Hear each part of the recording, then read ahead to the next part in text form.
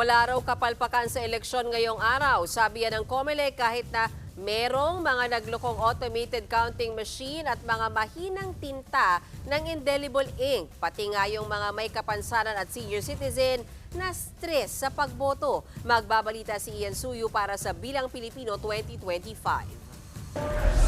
Paika-ikang umakyat ng hagdan si Tatay Ariel habang inaalalayan ng kanyang asawa. Gusto niya kasing siya mismo ang maghulog ng kanyang balota sa makina sa second floor ng Hills Integrated School sa Mandaluyong City.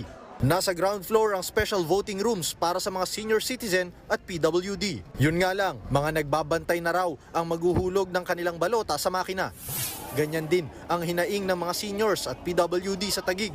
Kaya't kahit mahirap, sinuong nila para lang personal nilang ipasok ang balota sa automated counting machine o ACM. Yung iba naman po talaga ng mga kababayan natin na bumoboto sa priority polling place, ay nag-insist po kasi sila na sila maghuhulog ng mga balota nila sa ating pong mga presinto. Sa isang voting center naman sa Quezon City, nagreklamo ang ilang botante. Ang indelible ink kasi, nagmistulang invisible ink.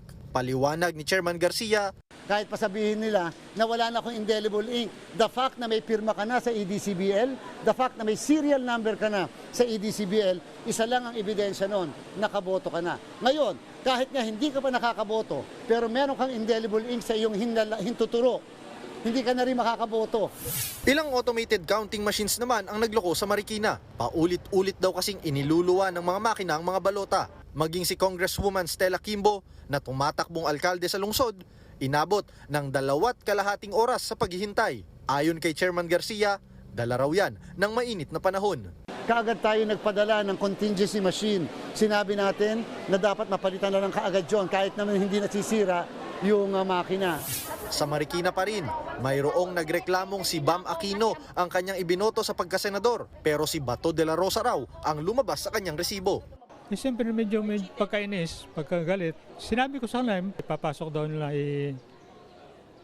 i-complain daw nila. Paliwanag ng Electoral Board, maaaring mali lang ng nasyadan si Tatay dahil magkatabi lang sa balota ang pangalan ni Bam at Bato. I would like to report po that we are having the votes be shaded by the watchers and the ballot secrecy folders are not being used. Sinita naman ng tumatakbong Vice Governor sa Abra ang ilang poll watchers. Huli kasi sa aktong sila mismo ang nagsashade ng mga balota ng mga senior citizen. Pinaalis na ang mga nasabing poll watcher. Sa kabila ng lahat ng yan, inanunsyo kaninang alas 6 ng gabi ni COMELEC Chairman Garcia na walang failure of election. Ang ibig sabihin ng failure of election, napakadami ng desisyon ng Supreme Court. Number 1, hindi dumating ang mga gamit. Kahit isa, so wala kang magamit. Number 2, hindi dumating ang mga teachers, so walang nag-serve. Nagbabalita mula sa frontline, Ian Suyu, News 5.